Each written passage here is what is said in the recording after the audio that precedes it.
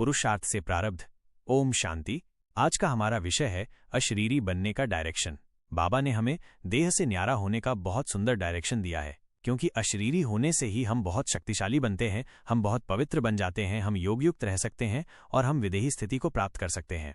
अशरीरीपन, विदेही स्थिति, आत्माभिमानी स्थिति या देही अभिमानी स्थिति, इन सब में थोड़ा थोड़ा अंतर है जो जानना परम आवश्यक है। अशरीरीपन के लिए हम बार बार अभ्यास करेंगे, अपने देह को देखेंगे और संकल्प करेंगे कि मैं ये नहीं हूं, मैं तो मस्तक के मध्य में चमकती हुई ज्योति स्वरूप मणि हूं।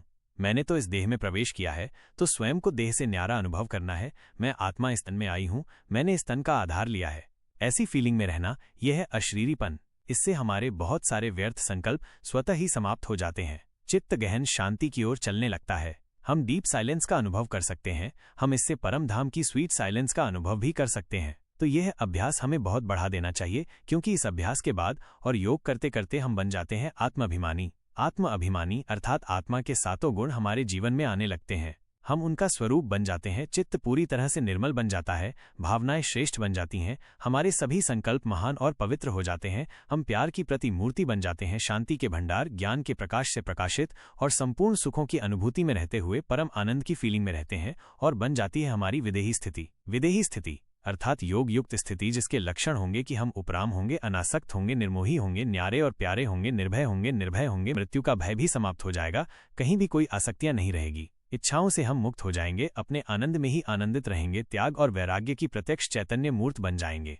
यह देही अभिमानी स्थिति विश्व का कल्याण करने वाली है। जब हम नेचुरल रूप से आत्म अभिमानी हो जाएंगे और हमारी दृष्टि केवल आत्मा पर जाएगी, दैहिक दृष्टि समाप्त हो जाएगी, तब हम चैतन्य चमकते हुए तेजस्वी सितारे इस संसार में बहुत चमकेंगे। हमारा प्रकाश चारों ओर के अंधकार को दूर करने लगेगा और भक्तों को मस्तक में चमकती हुई ज्योति का दीदार होने लगेगा।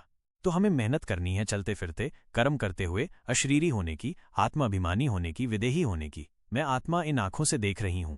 ये प्रैक्टिस बहुत ही सुंदर हो सकती है। सारा दिन हम देखते हैं, सारा दिन बीच बीच में 10 बार कुछ दिन तक अभ्यास कर लें कि मैं आत्मा आंखों द्वारा देख रही हूं। लिखेंगे तो भी आंखों द्वारा देखेंगे। ये एक अभ्यास भी काफी हो जाएगा। इस अभ्यास से हमें फील होगा कि ये नैन मेरी खिड़कियां हैं और मैं आत्मा इनके पीछे बैठकर इन नैनों के द्वारा बाहर के दृश्य निहार रही हूं।